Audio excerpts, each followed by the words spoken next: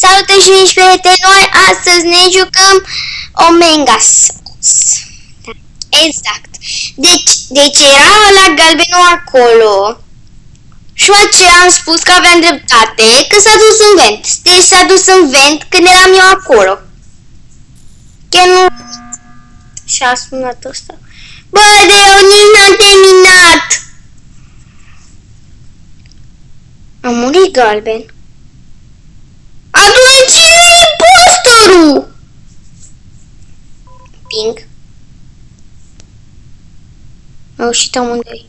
A ieșit și playerul. Eu zic că îl dau pe Black, pentru că eu zic că Black e Chica.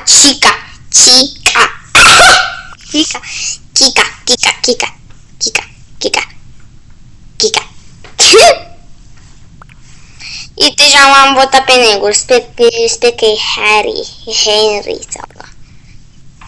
Mamă, trebuie să-l dădeam pe ăsta și eu l-am dat pe ăla. Ok, deci era o egalitate și în spic și în ăla verde și în ăla negru și da. Ce căutați voi acolo? Nu plecați? Gata.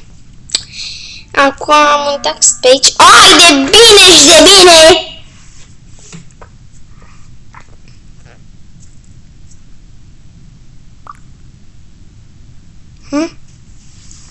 Deci, wow, hair.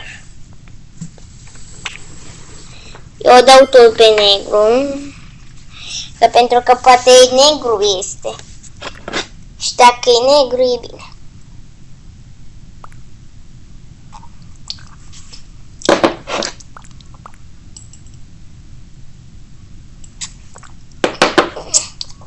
Mi-am făcut și eu lapte cu cacao. Pentru pregătirea episodului. Da. Dar vă rog frumos să uitați la filmulețul ăla pe Brawl Stars care l-am descărcat eu. Și mai ales filmulețul cu Omega Souls, că am fost de 3 ori imposă cu galben sau nu știu cât, că nu mai știu, că n-am numărat. Dar bine fie. Dar să vă uitați și să-mi dați și like și subscribe. Dar vă rog frumos din sufletul meu.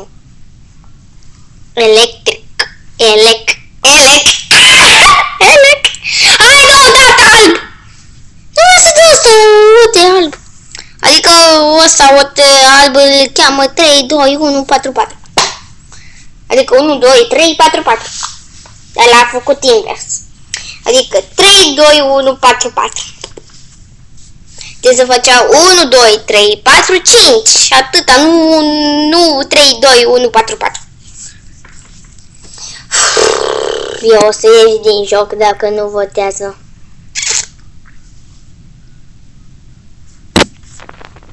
Am ieșit din joc. Deci am ieșit din joc. Gata, am ieșit și eu.